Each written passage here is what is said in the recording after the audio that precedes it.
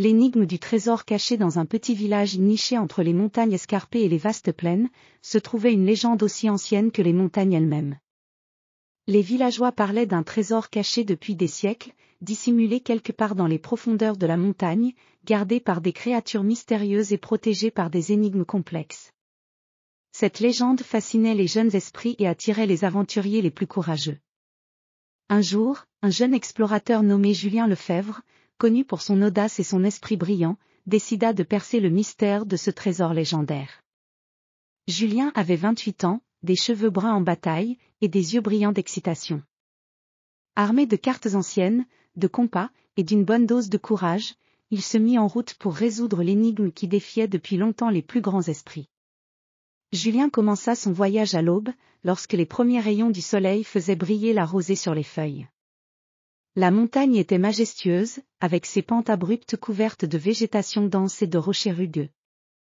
Julien monta avec détermination, son sac lourd des provisions nécessaires et des outils pour ses explorations. Après plusieurs heures de marche difficile, il arriva à l'entrée d'une grotte, marquée par des inscriptions anciennes gravées dans la pierre. Les inscriptions semblaient former une énigme, là où le soleil se couche et où l'eau chante, la vérité sera révélée. Julien, intrigué, entra dans la grotte, où l'air était frais et l'humidité palpable.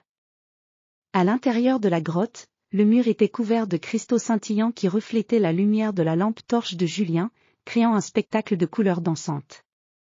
Il suivit un couloir étroit jusqu'à une salle plus grande, où se trouvait un puits ancien, entouré de statues sculptées en pierre. L'écho de l'eau qui s'écoulait du puits était presque mélodieux, comme un chant caché. Julien observa les statues, qui semblaient représenter des créatures mythiques, des dragons, des griffons, et des créatures marines. L'une d'elles tenait un écriteau sur lequel était inscrit « La réponse se trouve où le jour rencontre la nuit ».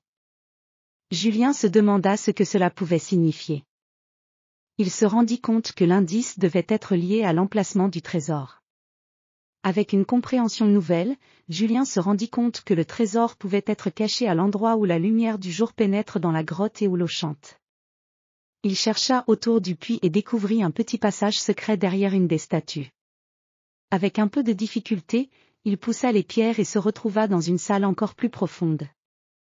Dans cette salle, Julien trouva un coffre ancien en bois, orné de symboles mystérieux. Il ouvrit le coffre avec précaution et découvrit non seulement des pièces d'or et des bijoux étincelants, mais aussi un manuscrit ancien. En le dépliant, il découvrit qu'il contenait des écrits sur les anciennes légendes de la montagne, des secrets oubliés et des histoires de héros passés. Julien prit le trésor et le manuscrit et retourna au village avec un sentiment de triomphe.